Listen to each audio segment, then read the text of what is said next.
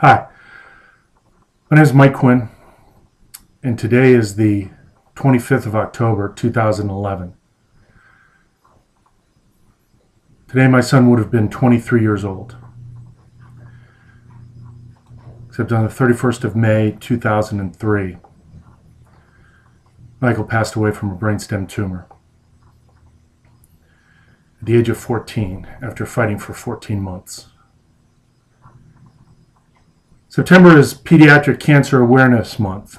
And in honor of that, and my son Michael on his birthday, I'd like to try and give you an idea of what he went through, and what kind of person he was, and how terrible cancer is as a disease.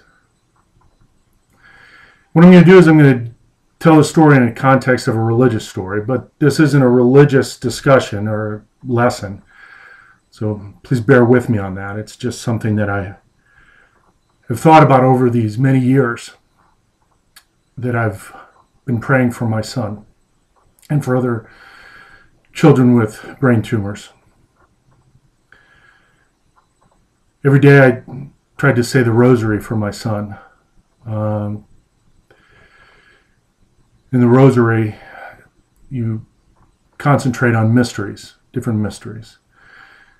And on Tuesdays, the mystery is Sorrowful Mysteries, which traces the Passion of the Christ.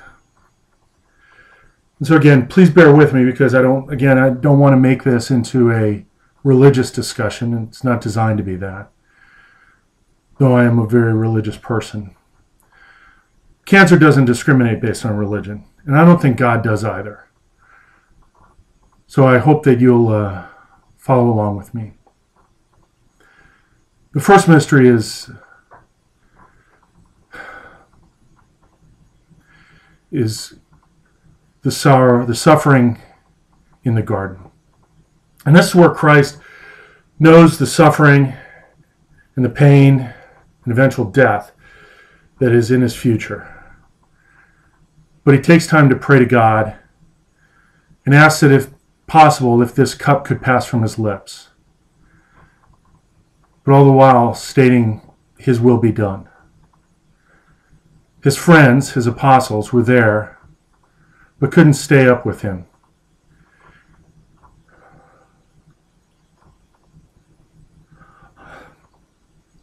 On the 12th of March, 2002, moments after I found out, I told my 13-year-old son that he had a brainstem tumor,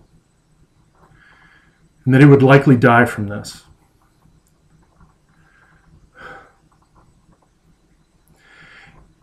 And I know that he prayed very hard that that cup would pass from his lips.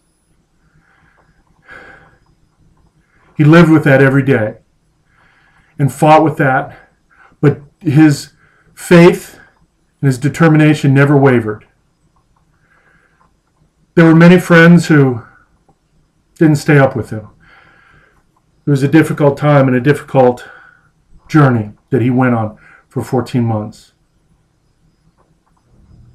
But imagine being 13 years old and knowing the pain and suffering that is in front of you, and knowing that you're going to die.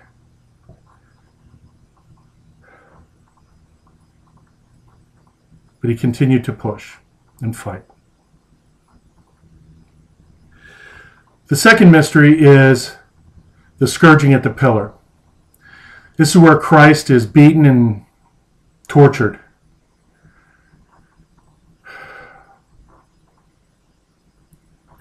My son Michael went through 9 brain surgeries, a total of 11 surgeries overall. Went through 50 rounds of radiation.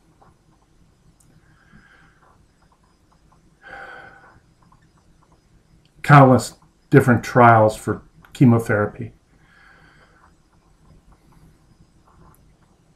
He was in pain most of the time from the tumor pressing on his head.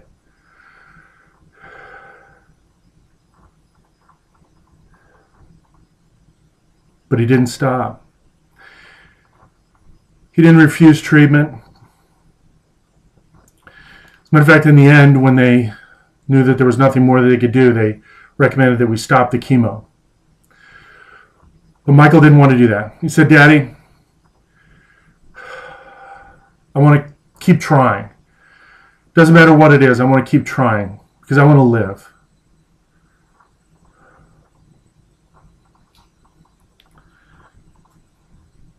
The next mystery is the crowning of thorns, where the guards place a crown of thorns on Christ's head and they mock him as the King of the Jews, humiliate him.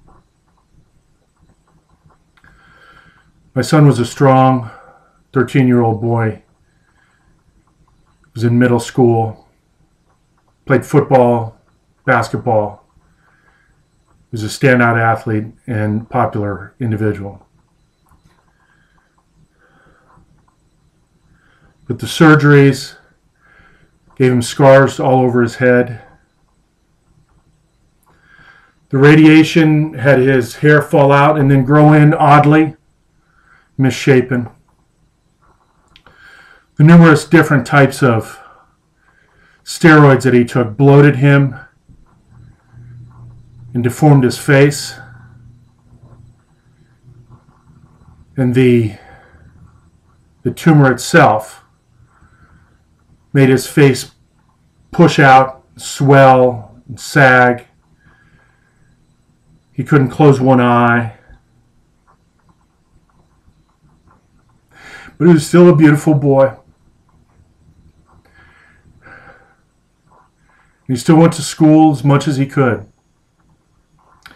Even though he would go down the hall in a walker after being starting center on the basketball team.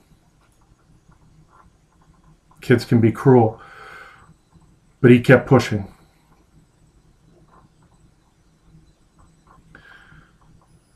The next mystery is the carrying of the cross. It's where Christ carries the cross in his journey to his crucifixion and death. My son carried that cross for 14 months. Every day he had that burden around him. There are some who helped him carry that cross. Some that visited the Buckinghams were wonderful. The people that prayed for him. The thousands of people who sent him birthday cards. But he carried that cross himself. He was strong every day. And even though at the end he couldn't move anything below his neck, could barely speak, he was deaf in one ear and blind in one eye.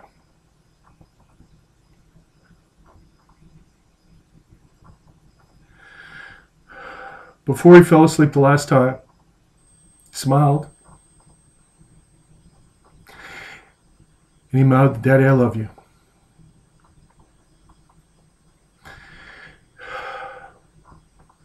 He was strong the whole way.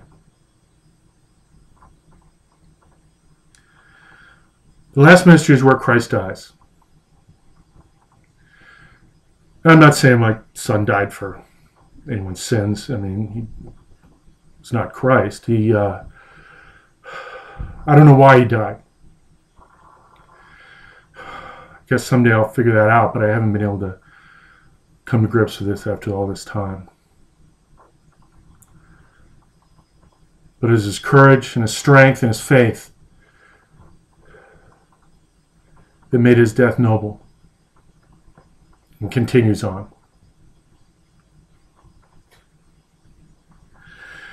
Now, his journey is not that different from others who've suffered with cancer. I've had a number of people close to me do that. My grandma, Tana Tress, cousin Nick, Uncle Bud, Edna from across the street. The hundreds of children that I've run across who are suffering from brain tumors. Sally, a wonderful friend of mine from high school, who's suffering now. And Kathleen, the sister of a someone I consider to be a very good friend. Both are continuing their fight.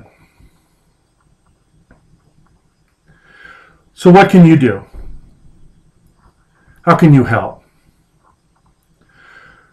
Well, first, you can help somebody carry their cross. You could be with them. For the kids that are out there who are suffering from brain tumors that we're in contact with through my son's foundation, Sally and Kathleen, you're far away, but I wish that I could be there. I want you to know that you're not alone in the garden. There are people that are praying for you. I'm praying for you. And I'm with you, and I will stay with you.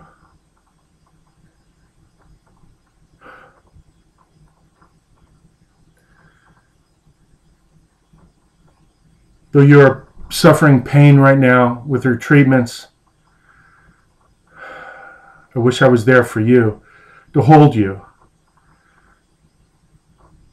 to soothe you, to comfort you.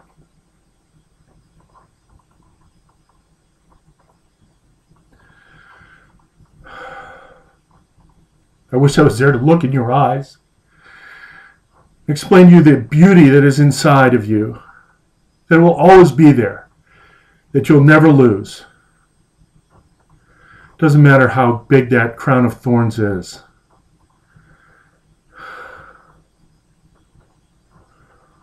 Or the pain that you suffer. Well, more than anything else, I wish I could just hold your hand and be there. Be there with you and help you carry that cross. Know that there are people out there that want to be with you and help you through this. It is your strength and your courage that is going to get you through.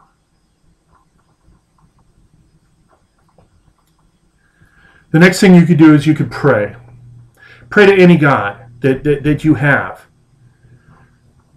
Because again, as I said before, cancer does not discriminate. And I don't believe God discriminates in His glory and in sharing His grace.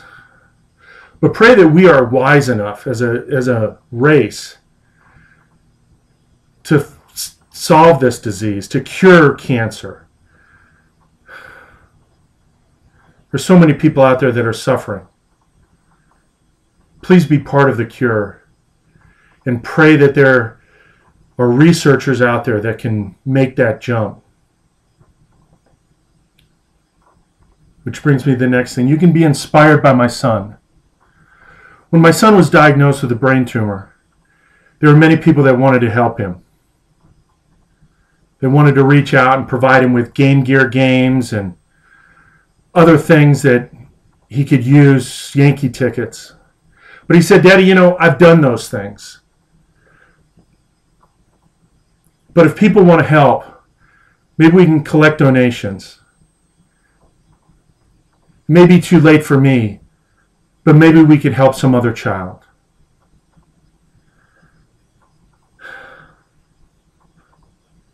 Pretty proud of that, coming from a 13-year-old boy.